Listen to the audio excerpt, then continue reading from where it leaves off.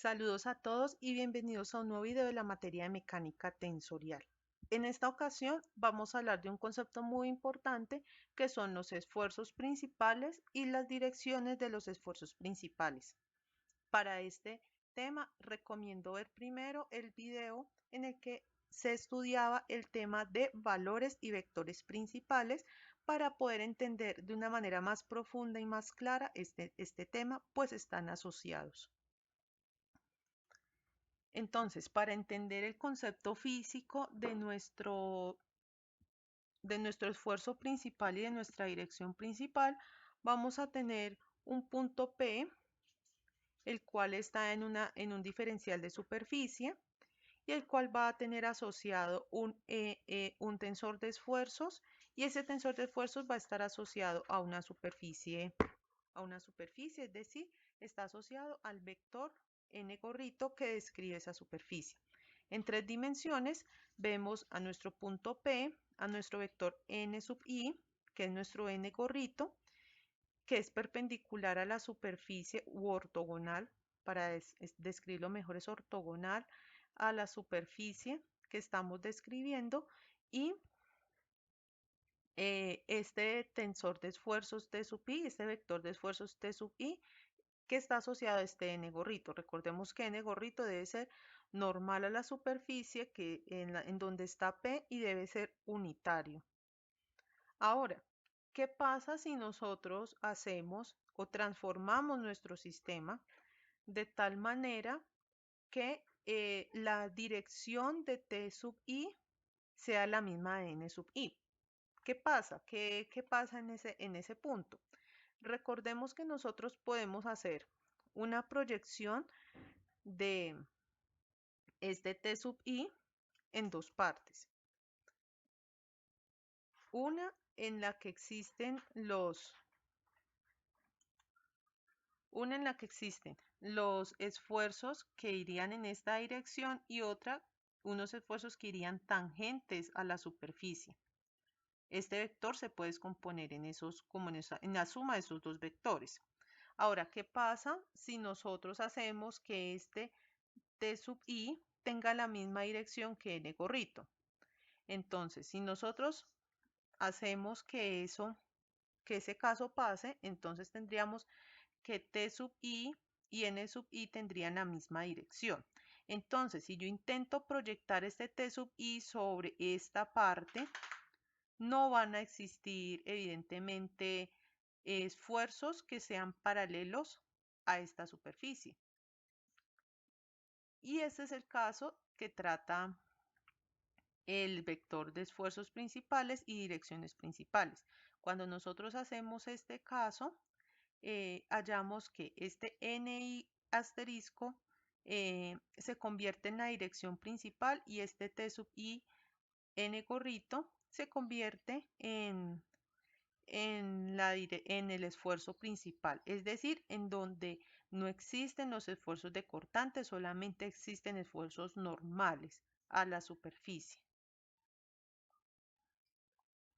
Entonces, teniendo en cuenta lo anterior, en el que el problema de esfuerzos principales consiste en hallar la dirección en la que no existan cortantes, entonces podemos expresar ese tensor T sub i n gorrito como un múltiplo escalar, un esfuerzo principal y una dirección principal. En este caso no van a existir los esfuerzos de corte. Y entonces vamos a proceder de la misma forma en la que se proceden para hallar los valores y direcciones principales de un tensor de orden 2 que es simétrico. Entonces, teniendo en cuenta que n gorrito se puede expresar como nj, y empleando la propiedad delta de Kronecker de sustitución en la que ni es igual a delta ij nj, entonces reemplazamos todos estos valores que tenemos acá y entonces nos quedaría tij nj es igual a ese sigma que habíamos hablado en la diapositiva anterior, y como ese vector n es ni, entonces reemplazamos este ni por delta ij nj. Entonces, pasando este lado derecho de la igualdad al lado izquierdo, entonces pasa con signo negativo. Y esto es igual a 0. Y entonces si sacamos como factor común a nj al lado derecho, entonces nos queda que TIJ menos sigma delta IJ por NJ es igual a 0. Entonces, expandiendo la última expresión alrededor de I igual a 1, en este caso en el de acá arriba, I igual a 2, en el de la segunda expresión, e igual a 3, y recordando que TIJ es igual a TJI, entonces por esto es que tenemos estos símbolos acá repetidos. T13, T13, aquí debería ir 31, pero como es simétrico, entonces cambia T13, aquí debería ser T21, pero como es simétrico, cambia T12.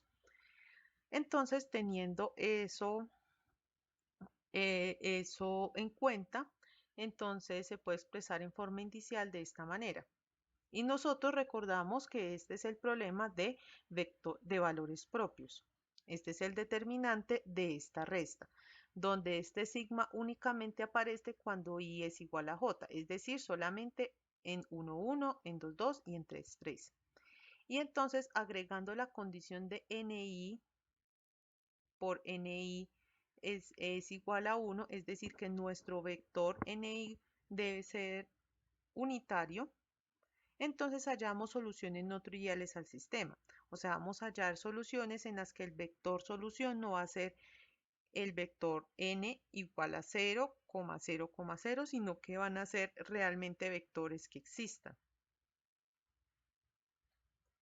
Entonces, cuando vamos a solucionar ese problema de valores y vectores propios o principales transformado en el problema de esfuerzos y direcciones de esfuerzos principales, al solucionar ese determinante, como tenemos una matriz de 3 por 3, nos genera una ecuación característica de grado 3, en donde sigma constituye nuestras incógnitas y lo que tenemos que hallar al solucionar esta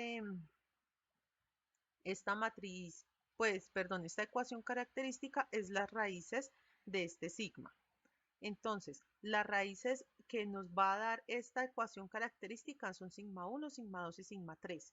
Esas tres raíces las vamos a conocer como los valores principales del tensor IJ.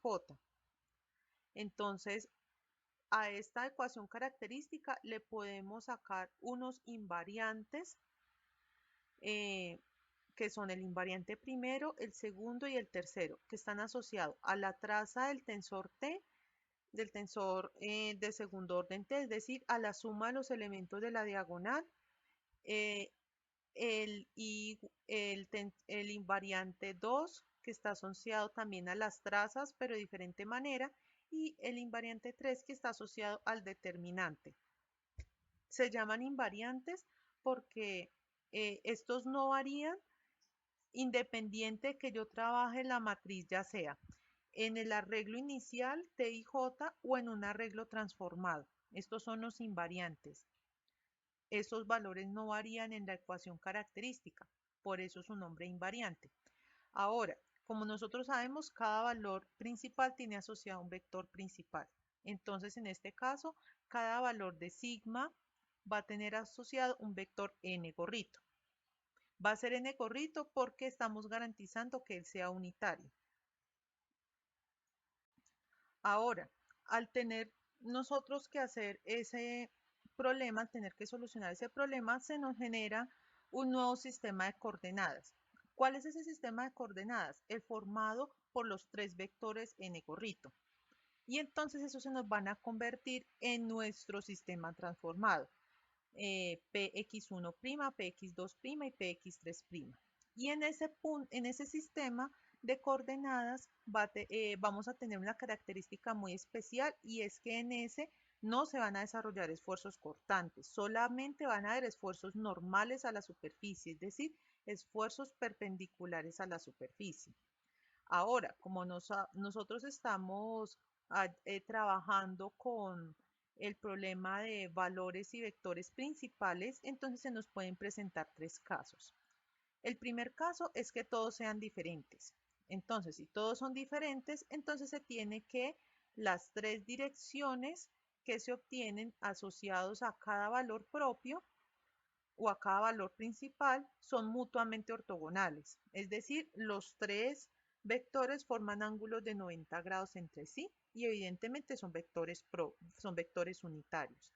Ahora, si tenemos que sigma 1 es igual a sigma 2, pero estos dos valores propios son distintos de sigma 3, entonces solamente vamos a tener dos direcciones principales, la asociada a sigma 3 y la asociada a sigma 2, que va a ser la misma que va a estar asociada a sigma 1. Y entonces vamos a tener dos direcciones que son mutuamente ortogonales. Y en el caso de que tengamos todos iguales, cualquiera puede ser tomada como dirección principal y como resultado cada conjunto de ejes que cumpla la ley de la mano derecha en el punto P cumple esa característica.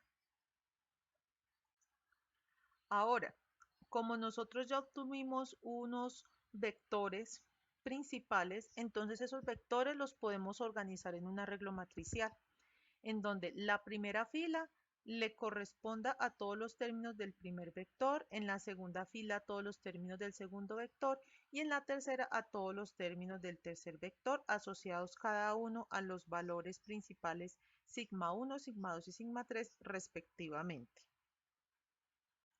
Entonces, en este caso, tendríamos una transformación, porque podemos construir una matriz de transformación que relaciona nuestro sistema en el que existían cortantes y a través de la matriz A se construye la relación con un sistema coordenado en el que no existen cortantes.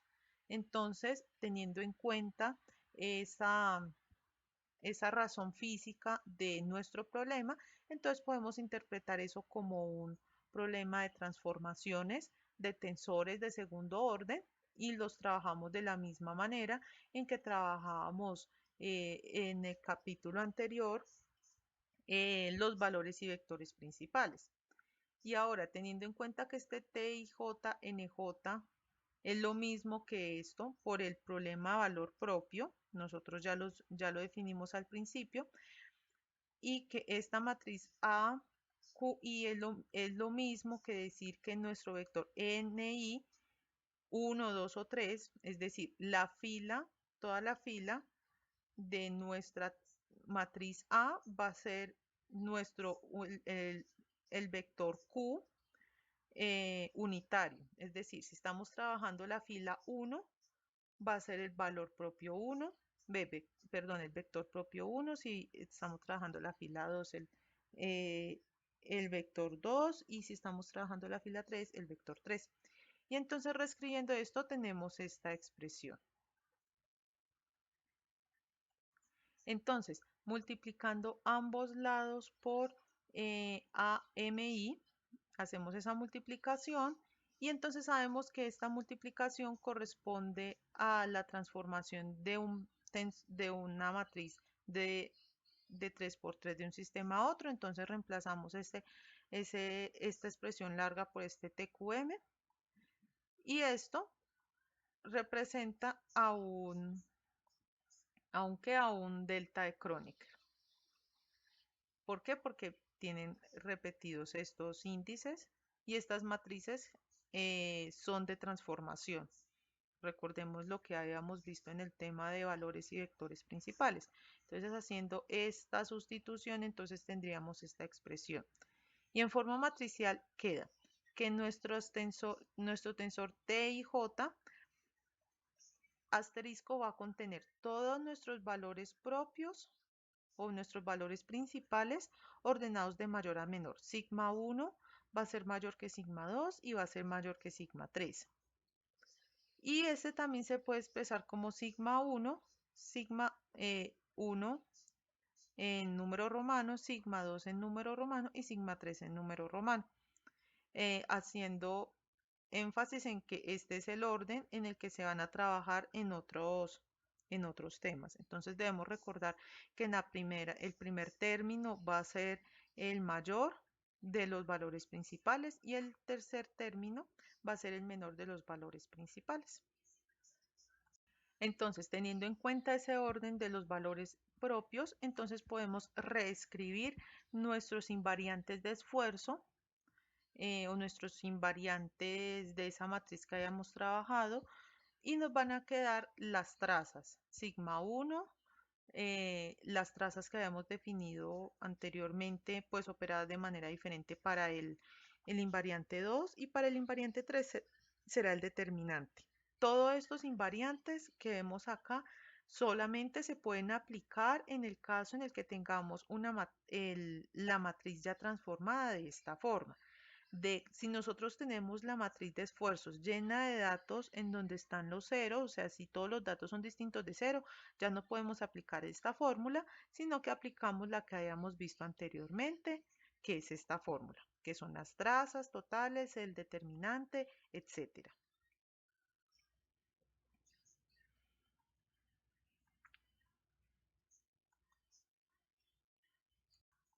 Y bien, muchas gracias a todos por haber visto el video. Espero que les haya gustado. Hasta aquí termina el tema de esta sesión y nos vemos en un próximo video.